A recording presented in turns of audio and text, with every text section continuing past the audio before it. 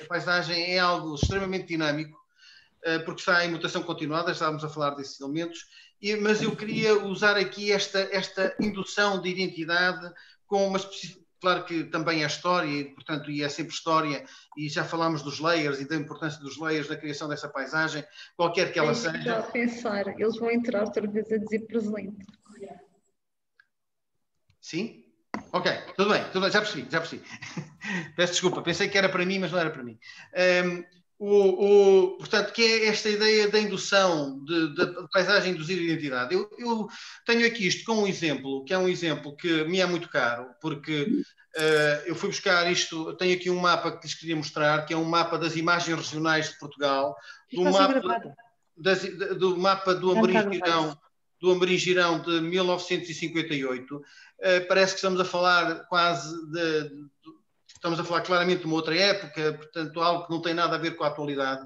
Mas o que nós temos visto cada vez mais é que estas situações do século passado são cada vez mais elementos de inovação no nosso século. E o que acontece é que muitas vezes esquecemos delas e quando nos revoltamos a recordar delas, isso é um elemento quase de inovação. E não é digamos que não é errado dizer, ou podemos dizer, que muitas vezes a inovação está em elementos de tradição que esquecemos com o tempo. E cada vez mais isto acontece e muitos produtos que nos são oferecidos têm a ver precisamente com esta lógica de reavivar tradições, que ao fim e ao cabo são inovações para gerações novas, ou para gerações não com menos idade, se quisermos. Neste caso, para a geração Z, que aqui temos connosco, e mesmo até para a geração Y, mas fundamentalmente para a geração Z são grandes novidades. E esta indução de identidade tem muito a ver com aquele sentimento de pertença e com a imagem que fica, quase que subliminar, que nos fica de determinados territórios. Quando nós... Era isto que eu queria partilhar convosco. Este mapa é um mapa das imagens regionais de Portugal continental. É um mapa que nós temos aqui reproduzido em tamanho grande nas nossas paredes. E é um mapa que vocês podem encontrar no site do Departamento de Geografia e Turismo da Faculdade de Letras da Universidade de Coimbra. Portanto, está lá o atlas todo com grande definição, portanto podem encontrá-lo lá. E é um atlas que nos refere precisamente, que nos liga precisamente determinadas imagens ao território. E estas imagens do território são hoje imagens que algumas já mudaram, mostrando precisamente a dinâmica, e é o caso do vosso Alentejo, mostrando a dinâmica da paisagem. Ela é claramente dinâmica. Outras mantêm-se e recrudesceram até a importância, mas marcam-nos precisamente um alinhamento. Sei lá, eu tenho que olhar para aqui, para este lado agora, o autor vinheteiro, que é algo que continua cada vez mais presente, e é claro que a imagem agora não é tanto das costas sobrecarregadas dos homens, mas continuamos a ter aqui a importância da vinha. Claro que deixámos de ter a importância dos cereais e do trigo, que era tão característico do celeiro do Alentejo, que deixou de o ser, não é? Agora temos mais oliveiras e vinhas do que estas aqui, portanto, mostrando que... Mas esta ideia de uma pertença ao território através da imagem desse território e da paisagem que esse território nos transmite, ou que nos permite ver ou olhar para ela. Portanto, aqui este elemento é um elemento importante, quer dizer, isto são, ao fim e ao cabo, de que é que estamos a falar? Estamos a falar de heranças, que são muitas e diversificadas, e é por isso que a paisagem normalmente tem esta adjetivação incrível. Sei lá, eu pus aqui algumas, mas a paisagem para nós a paisagem só por si pode-nos dizer pouco. Nós temos que ter uma paisagem com uma adjetivação, não é? Cultural, urbana, rural, industrial. A paisagem, com a natural também, como é óbvio, a paisagem é alguma coisa que tem que estar aqui presente. Claro que estas heranças, é preciso dizê-lo, não são... É algo que também tem um pendor economicista. Com o turismo passou a ter ainda mais um pendor economicista. Portanto, há uma preocupação em preservar e em reavivar muitas dessas paisagens, mas também na preocupação economicista da oferta, de uma oferta que pode motivar mais procura. Claro que há sempre refuncionalizações, ressignificações, como dizem os nossos amigos brasileiros, que são, ao fim e ao cabo, legados de gerações passadas, de outras gerações, dos baby boomers também, da geração X de alguma maneira, para falar em terminologias que agora estão tão na berra, e algo que vamos construindo tempos a tempos. De qualquer forma, o que aqui se parece estar presente é que cada vez mais há um elemento que é, digamos, que domina tudo isto, que é a procura de velocidade, a necessidade de velocidade.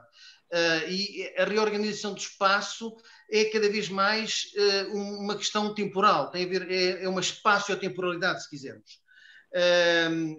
Tudo isto tem a ver com o quê? A velocidade está nos processos, a velocidade dos processos, é preciso cada vez inovar mais e a inovação não pode durar muito tempo, temos que voltar a inovar, é preciso, e tudo isto é, de alguma forma, digamos que é explorado e ampliado pelo impacto tecnológico e pela importância tecnológica, desculpem.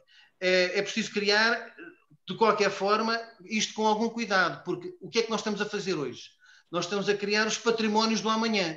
Portanto, ao criarmos hoje os patrimónios do amanhã, é preciso valorizar isto sempre com aquela lógica da sustentabilidade, mas também não dar cabo das identidades, tentar que as autenticidades estejam sempre presentes e, claro, se houver singularidades, melhor, e se houver notoriedades, melhor ainda. Portanto, há aqui elementos diversos.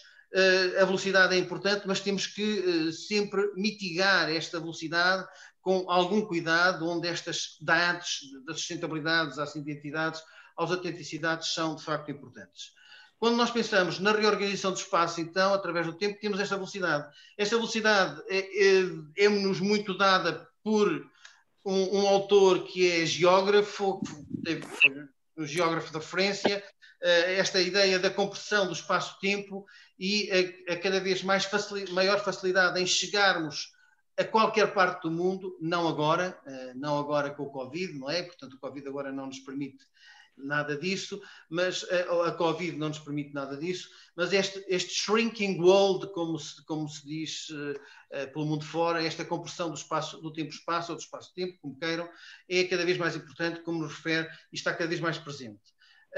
Isto é um elemento importante que nos leva precisamente ao facto de a paisagem ter em algumas zonas turísticas em Portugal esta lógica de uma construção desenfreada. Eu estou a demorar, peço desculpa, estou a demorar muito mais tempo do que estava à espera que ia demorar, mas é sempre assim, pronto, tinha aqui, porque preciso depois de chegar um bocadinho à parte final, onde há mais referências, um bocadinho de referências à Covid, portanto, mas vou tentar passar aqui 2 ou 3 slides um bocadinho mais rápido.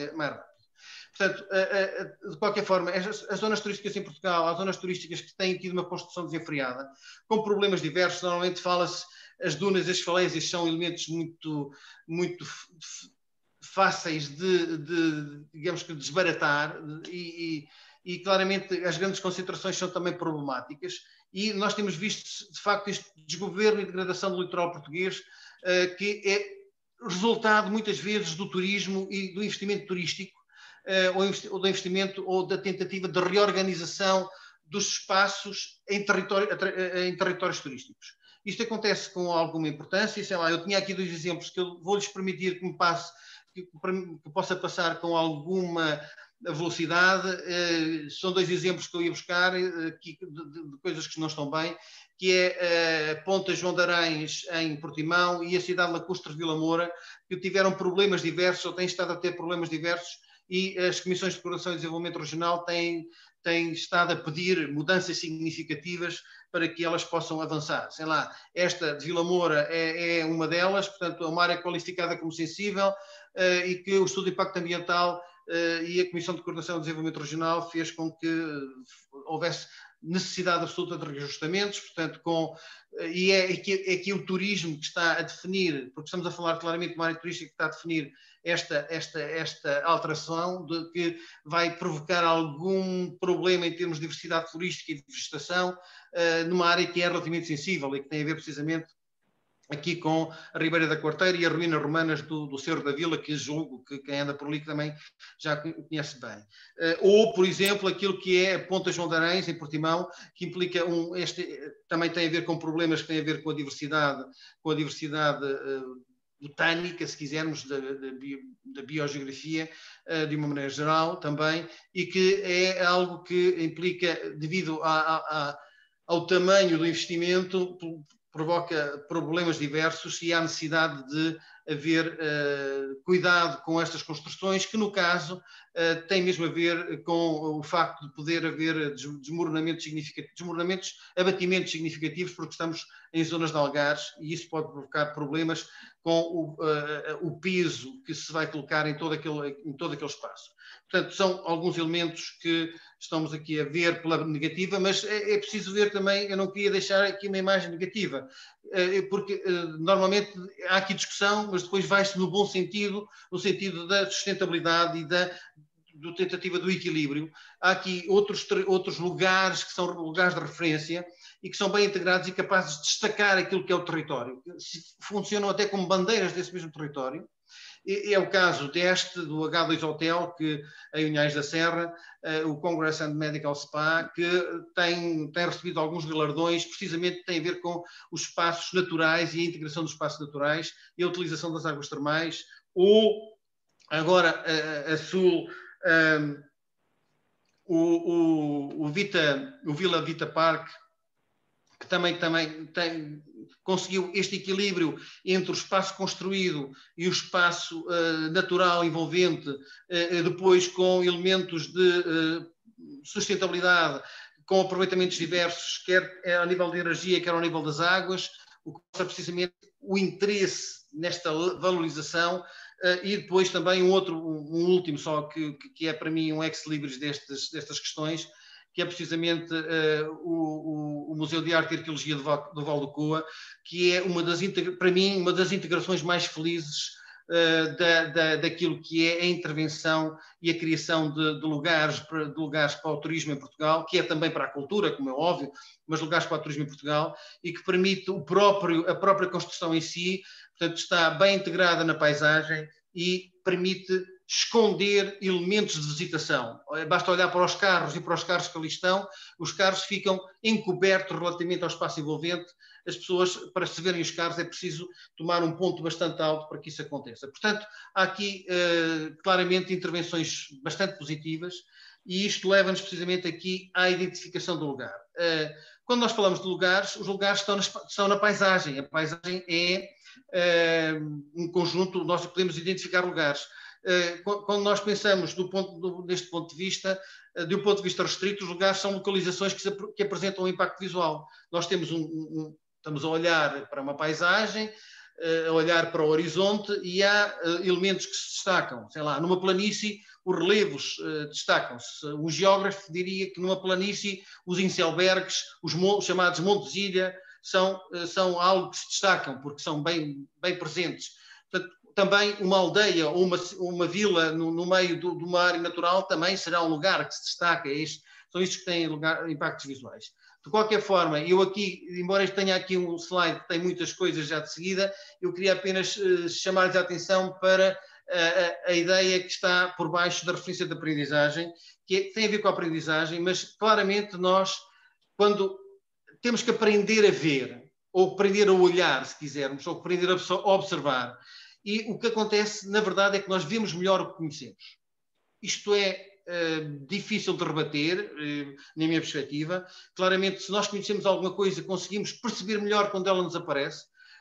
Claro que se não conhecermos também podemos fazê-lo, mas fazê-lo de uma maneira um bocadinho mais atrasada, ou melhor, mais lenta de alguma maneira e às vezes não tão perceptível de imediato. Portanto, a aprendizagem é fundamental. Eu não me vou reter aqui a fazer o comentário, mas dá para perceber que temos fundamentalmente duas situações, uma situação mais individual e uma situação mais da sociedade, da integração social, que nos influencia também, da outra cultura, e que nos leva depois a dois elementos que são dois elementos muito importantes e que são elementos que têm a ver com os territórios e com a referência ao lugar que tenho estado a fazer, que é precisamente o lugar, segundo a perspectiva de um autor que também trabalhou muito nestas temáticas, que é um senhor que se chama Yves Tuan.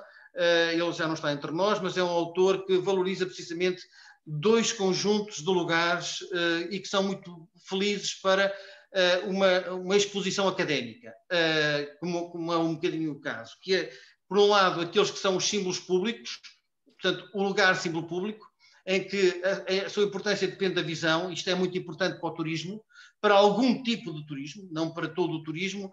Esta ideia do lugar em que é importante, em que a visão é fundamental. Portanto, estes lugares são tendencialmente imagéticos, invocam a emoção e o temor devido à grandiosidade, têm a ver com esta facilidade de identificação, mas que tem a ver basicamente com a primeira referência que nós temos dos lugares em termos de visitação, mas nós cada vez mais queremos ter outras coisas em termos de visitação, e o Yves Tuan já nos dizia isto na década de 70 do século passado.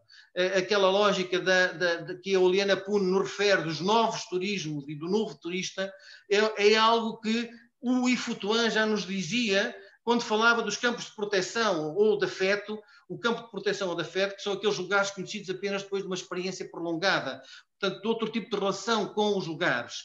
Esta ideia é uma ideia bastante pertinente, que tem a ver precisamente com a maneira como hoje o turista que pode ter que quer também esta perspectiva do lugar do símbolo público, mas que quer cada vez mais ter este lugar como lugar de afeto, o lugar de proteção, se quisermos, estes fields of care, como refere o Yves Tuan, que são tendencialmente inconspícuos, portanto não dão nas vistas, mas que são muito importantes porque são lugares onde a vida acontece, a vivência acontece, e esta participação, esta experiência, este elemento de criatividade que é uma relação com o outro no lugar é cada vez mais presente, e o Yves Tuan dava-nos já esta ideia na década de 70 do século passado.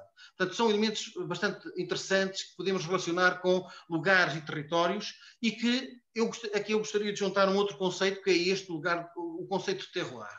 O conceito de terroir é um conceito extremamente pertinente nas lógicas do turismo. Claro que tem muito a ver com a produção de determinado tipo de produtos normalmente que têm a ver com, ou que inicialmente tinham a ver com os vinhos, depois com os vinhos e com alguns produtos alimentares, ou se quisermos, com os patrimónios alimentares. Cada vez mais se fala dos produtos alimentares como patrimónios alimentares, e o terroir é muito esta ideia de uma relação lugar-produto que é tão importante hoje que os legisladores sentiram necessidade ou se viram na obrigação de a definir. É claro que em Portugal ela é relativamente recente. Quando digo relativamente recente, pois é da idade, peço desculpa, a idade faz destas coisas.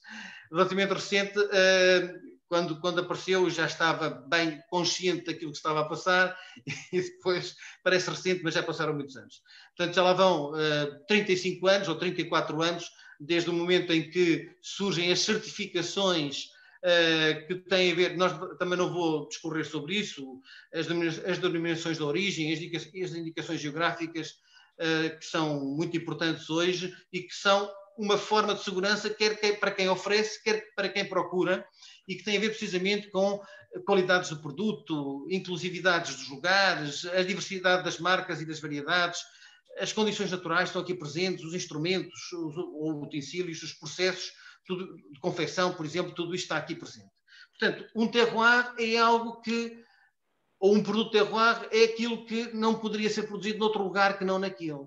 E isto é extremamente importante, porque vocês sabem que, por exemplo, neste momento, o pastel de nata é vendido em Tóquio, não é?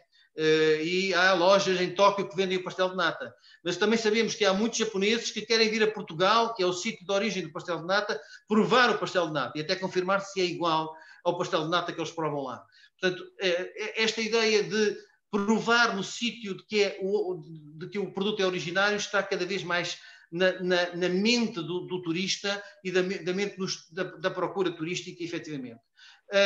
O terroir, então, é este resultado de uma combinação entre o local de produção, o saber fazer, e este saber fazer é fundamental, e o contacto com o saber fazer é cada vez mais importante, E isto contribui para a natureza e para a qualidade específica de um produto. Portanto, o produto precisa de ser protegido de alguma maneira para que não surjam no mercado produtos, como aconteceu há alguns anos atrás com o vinho do Porto, não sei se recordam, o vinho do Porto começou a ser, havia produtos de vinho do Porto que eram produzidos em diversas áreas do mundo e que nada tinham a ver com o vinho do Porto. Ou como aconteceu com o champanhe, que, como sabem, em Portugal nós também vendíamos champanhe e passamos a vender apenas espumante porque o champanhe passou a ter também uma certificação e essa certificação implica uma denominação de origem e um território em concreto.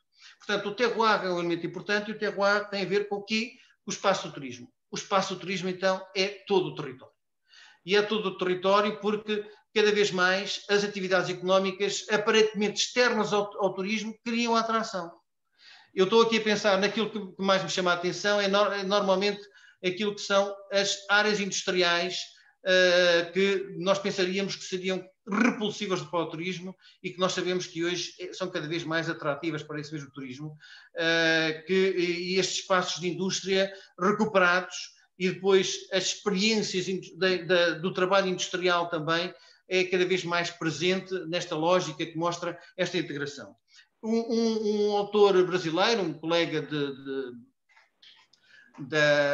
da UF, da Universidade Federal Fluminense, o Fratucci, tem um texto sobre turismo e território, regiões e complexidades, em que ele nos diz que num lugar turístico encontramos os atrativos, os equipamentos do turismo, as infraestruturas de apoio, e isto pode ser tudo e mais alguma coisa. Portanto, nós podemos transformar em atrativo turístico qualquer elemento territorial, qualquer parte do território pode ser. Mas ele diz também, eu sei que já estou a falar muito depressa, peço desculpa, já estou a falar um bocadinho depressa, vamos lá ver se eu me consigo equilibrar aqui um bocadinho mais. Ele fala também que este lugar turístico é um lugar que, como está ali sublinhado, está atreito à turistificação. Pode haver cada vez mais esta turistificação. O lugar turístico reúne este elemento de espaço e território. Obviamente não é a mesma coisa, o espaço é algo muito mais simples, o território é algo muito mais complexo. Não vamos aqui explicar isso agora porque não há muito tempo, mas o território é algo mais complexo. E cada vez mais o turismo se apropria de determinados espaços cada vez menos característicos, que eram menos característicos do turismo, e estão cada vez mais a ser cooptados para o turismo, produzindo precisamente estes territórios ou estas territorialidades que são turistificadas, quer dizer que, ao fim e ao cabo, são algo que foram valorizados quase massivamente em termos turísticos.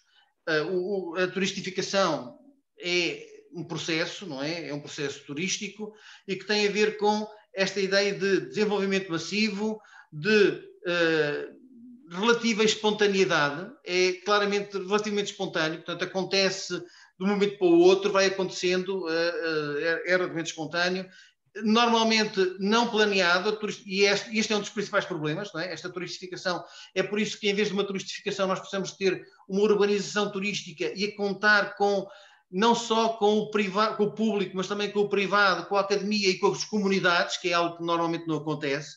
Precisamos ter isto visto desta maneira e ao fim e ao cabo a turistificação é a transformação de um espaço num produto turístico. E esta transformação, o problema desta transformação é que ela não tem sido acompanhada com o planeamento necessário e depois de planeado com a gestão adequada ao planeamento que foi pensado. Portanto, isto é preciso claramente ter em atenção. Tudo isto, obviamente, tem a ver com o quê? Tem a ver com imagens que nós criamos. De facto, nós criamos imagens e estas imagens são um filtro entre o homem e o real. Desculpem, aqui deve ser, não vou mudar agora, mas pronto, uma pessoa vai se esquecendo, eu vou-me esquecendo de vez em quando, entre o ser humano e o real. Esta ideia é muito importante porque tem muito a ver também com os marketings e com a promoção e com a divulgação, porque as decisões, de facto, não são tomadas sobre o real, as decisões são tomadas sobre a imagem que se tem do real. E uma maneira de explicar isto, que eu queria passar também rapidamente, é precisamente através do conceito de mapa mental. O mapa mental é uma representação cartográfica, não é? Mas é uma representação cartográfica sem o estímulo visual, não é? É pedir a alguém que faça uma representação de alguma coisa que não está no seu campo de visão. E isto, ao fim e ao cabo, quando nós utilizamos estes mapas permitem-nos fazer uma representação de algo que nós percebemos previamente. Isto é bastante importante porque, ao fim e ao cabo, depois funcionam como filtros, são idiosincráticos, quer dizer, são muito pessoais e únicos, são de cada um de nós e permitem transmitir percepções. Isto é um elemento importante. E quando nós olhamos para os mapas mentais, se eu olhar para este mapa mental, que eu tirei de uma revista, da revista Ciência Humana de francesa, sobre um trabalho sobre mapas mentais, claro que esta pessoa que fez esta representação deste mapa mental é uma pessoa que reside nas Américas e parece residir na América do Norte. Na América do Norte, provavelmente ou no Texas, ou no Illinois, ou na Florida, portanto, residirá por aqui, porque é o único em que ele põe limites. E dizemos que, claramente, ele é uma pessoa que reside ali por causa dos pormenores. Se nós olharmos depois para um outro tipo de mapa mental, este mapa mental em que as pessoas vê-se claramente que as pessoas não têm grande conhecimento espacial e as pessoas, esta lógica é uma lógica interessante do conhecimento espacial. Se comparado com o que está a chegar, vemos que isto foram as pessoas de uma mesma turma do ensino superior, do aluno do ensino superior, que fizeram isto. Claro que se percebe que a percepção espacial de um é completamente a percepção espacial do outro, e o turismo é também um bocadinho disto, é a maneira como nós entendemos o espaço e como nós depois também filtramos aquilo que vemos. Claro que se percebe que é Portugal o país de residência da pessoa, é o único país representado, aqui há outro tipo de representações, mas o que eu queria chegar aqui, portanto este também é português, era uma pessoa portuguesa, nota-se que a Europa está um bocadinho melhor representada do que o resto dos países, embora haja aqui um conhecimento geográfico significativo, mas o que eu queria referir aqui é que, para além da representação pessoal, há aqui uma representação cultural, uma representação social, sociocultural, que é, como vocês veem, se vocês olharem, Portugal está exatamente no centro da página, tal como Portugal está aqui, Portugal e Espanha estão exatamente no centro da página. Isto quer dizer que, de facto, as pessoas que fizeram este mapa são pessoas que residem na Europa, residem neste território e centram o seu território na página, quando representam no mapa mental, fazem sempre a sua referência do sítio onde residem no elemento central. E isto não é só nos mapas mentais, mas vejam, uma representação oficial de um mapa dos Estados Unidos, desculpem, do mapa mundi centrado nos Estados Unidos, que é precisamente a representação oficial dos mapa mundi, das pessoas dos governos e dos estados que residem, que têm que fazem parte da América do Norte, da América do Sul, da América Central. O mesmo acontece com a Europa, ou centrado na Europa. O mesmo acontece com o Extremo Oriente, centrado no Extremo Oriente. Portanto, quando nós olhamos para destas três formas de representação, isto mostra que, de facto, o que nos influencia, cada um de nós tem uma maneira de perceber as coisas, mas essa maneira de perceber as coisas é também cultural e social e influencia-nos. De qualquer forma, é preciso dizer que, e isto foi tirado precisamente do Armand Frémont, que é da região Espaço Vécu, que é a região Espaço Vivido, que é uma referência de há muitos anos para todos os geógrafos, e que tem a ver precisamente com o facto de efetivamente, nós organizamos o nosso mundo em torno de nós mesmos. E depois organizamos normalmente por ondas, conhecemos muito bem o que está próximo, menos bem o que está um bocadinho mais distante. Estas lógicas são lógicas que são extremamente importantes e que nos dão uma... Depois uma explicação de exemplo. Será que naquela senhora coisa houve um constrangimento na comunicação, não é? Não, claro, não. Peço aos participantes que desliguem o microfone. Se vocês quiserem, podem fazer o microfone. Quem estiver na batuta. Quem estiver na batuta pode tirar o som. Sim. Tratar isso. Ok. Este elemento é um elemento importante ou interessante.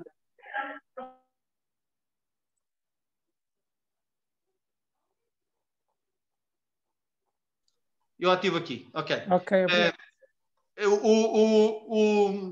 E tem a ver depois, leva-nos precisamente ao território. O território, então, é um conceito complexo. Eu vou só usar aqui uma referência de um dos autores que mais tem trabalhado nestas questões, que é precisamente o Asbaert, que julgo que terão, alguns terão contacto já com este autor, que é um autor que nos fala precisamente que o território tem 4 vertentes fundamentais. Uma vertente política, que é uma vertente ao fim e ao cabo, de governo do território, de governança do território, relacionado com o poder político, e com a fronteira, com a ideia de fronteira. Não esquecer que o território é algo que nos vem da biologia e até da zoologia e da atuação dos animais e da sua área de atuação e de caça, se quisermos. Portanto, é esta referência da fronteira que está aqui. Portanto, o fim de um território é o princípio do território de outra pessoa, de outras pessoas, ou de alguém que tem também outro governo, de um outro território. Tem a ver com a vertente cultural, que é a dimensão simbólica de um grupo em relação ao seu espaço vivido, o sentimento de pertença que existe aqui, que é muito importante também no território, e que isto é um valor, acaba por ser um valor incrível para o turismo, porque é aqui que nós encontramos um elemento de criatividade e de experiência que cada vez é mais, e de emoção até, que cada vez mais está mais presente no turismo.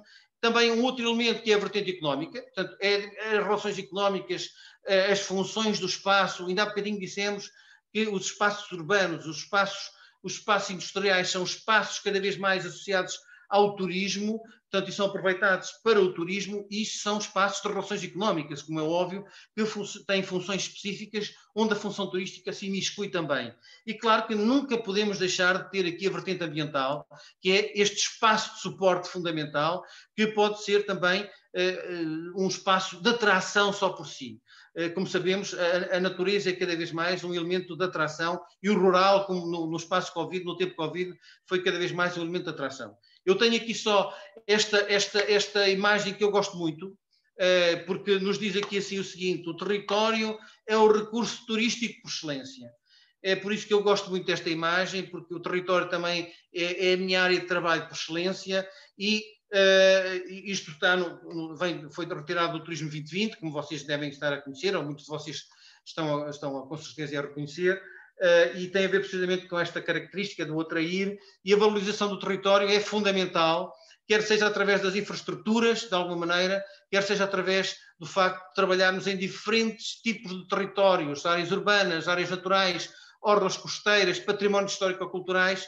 Tudo isto funciona como um grande elemento sistémico que temos que ter em atenção continuadamente, sem esquecer nenhum deles, embora um ou outro possa ser mais importante num ou noutro momento, mas não deixando nunca nenhum deles para trás. Portanto, tudo isto é, de facto, bastante pertinente.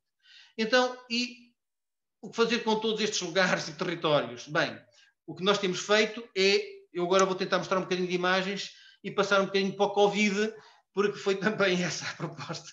Foi essa também a proposta. Eu vou tentar apresentar agora aqui um conjunto de alguns gráficos e depois concluir com dois slides de síntese, está bem? Portanto, está bem. Sr. Norberto, se entretanto terminar novamente, voltamos novamente ao link, está bem? Ok, sim. Sim, mas faltam 2 ou 3 minutos, portanto... ok. Tá.